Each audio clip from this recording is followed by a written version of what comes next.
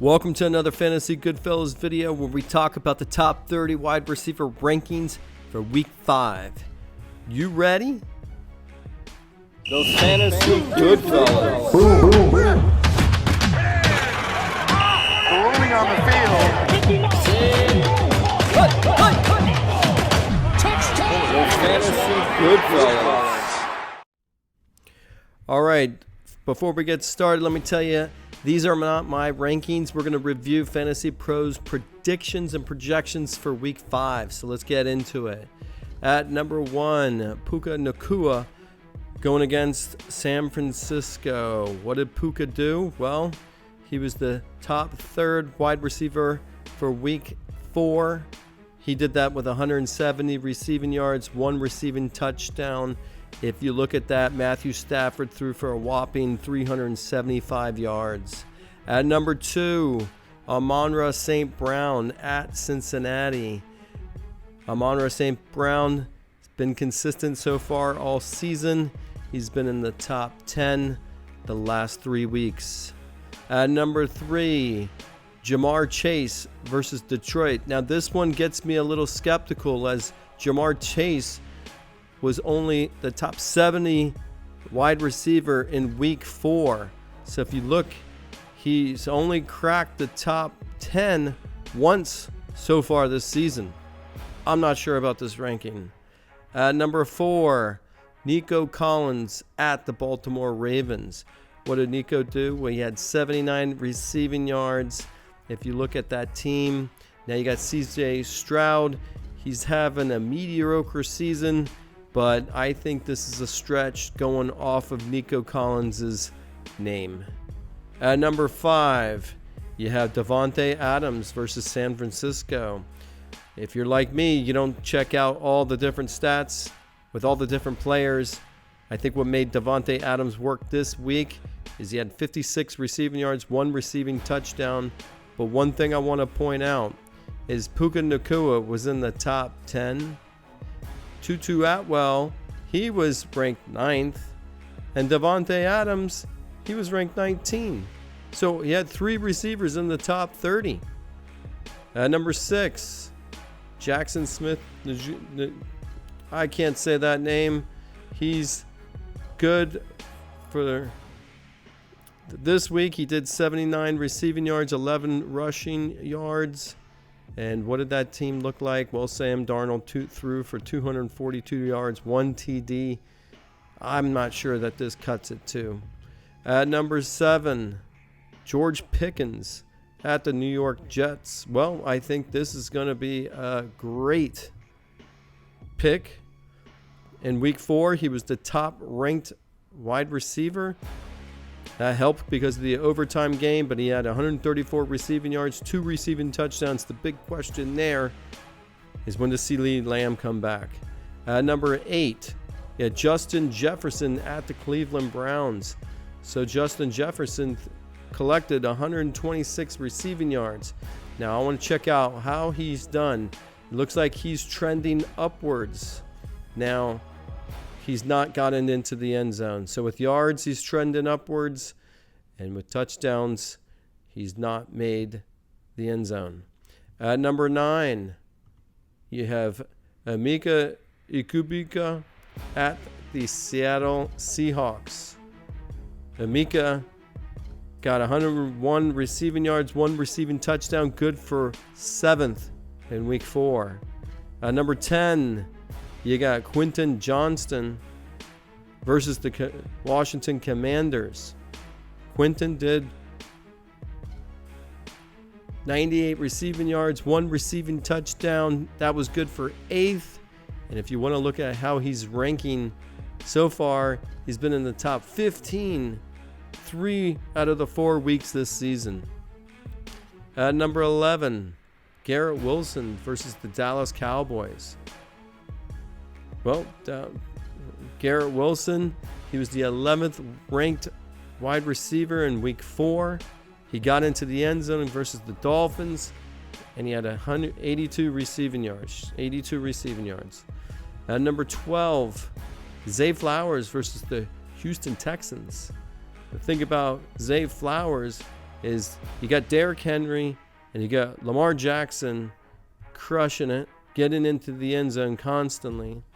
So my question is, how does Lamar Jackson throw to these receivers? Doesn't seem he's a big threat in the air, that Lamar Jackson. At number 13, A.J. Brown versus the Denver Broncos. If anybody's paid attention what A.J. Brown's done this season, he's a huge disappointment. He's only cracked the top 10 once this season. Otherwise, he's put up a goose egg. At number 14, Keenan Allen versus the Washington Commanders. Now here you go. You got a dual threat. What did Keenan Allen do in week 4? 37 receiving yards. Rank 55. Is this because they're playing the Washington Commanders? It has to. At number 15, Deebo Samuel versus the Cleveland Browns. Deebo was the 13th ranked wide receiver in week 4. He did that with 72 receiving yards, 1 receiving touchdown. And here we go. Marcus Mariota threw for 156 yards, 2 passing TDs, but you get Jaden Daniels back this week. Number 16, Tiero McMillan versus the Miami Dolphins. Tiero, he did 62 receiving yards. That was good for 38th. What is his rank? Well, he hasn't even topped the top 30 once this season, and now they got him at 16. Somebody has high hopes for him. At number 17, Xavier Worthy at the Jacksonville Jaguars. Well, Worthy's back. 87 receiving yards, 38 rushing yards. That's what he's known for. And he was good for 18th, and you have him at 17th. I like that pick. At number 18, you got Jameson Williams at the Cincinnati Bengals. Here you go. You got your second Detroit Lions wide receiver. And what did Jameson do in week 4? 40 receiving yards. But what does he look like? He's only cracked the top 30 once this season, and now they got him ranked at 18. I think that's a little sus. At number 19, Brian Thomas versus the Kansas City Chiefs.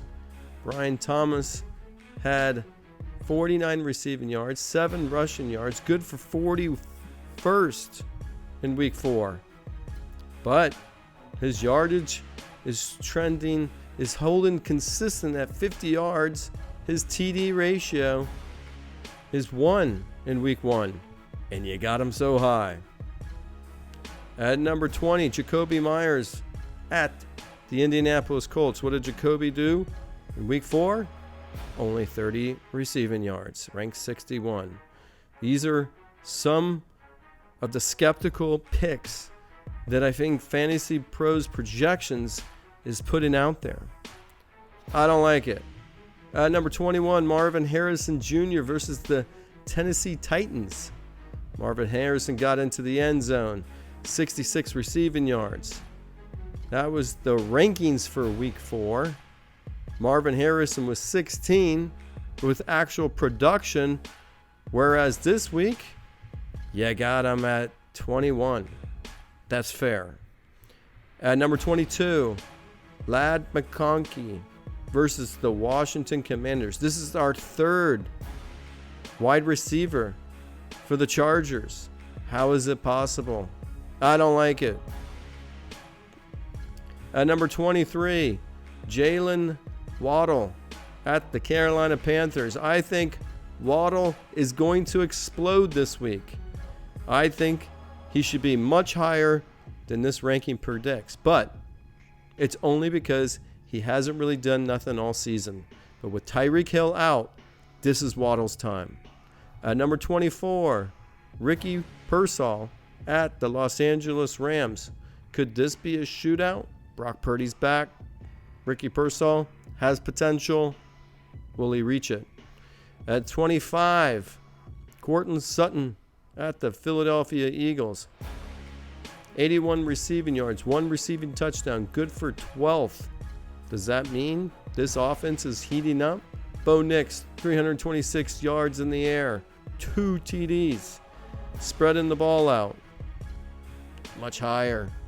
At 26, T. Higgins versus the Detroit Lions.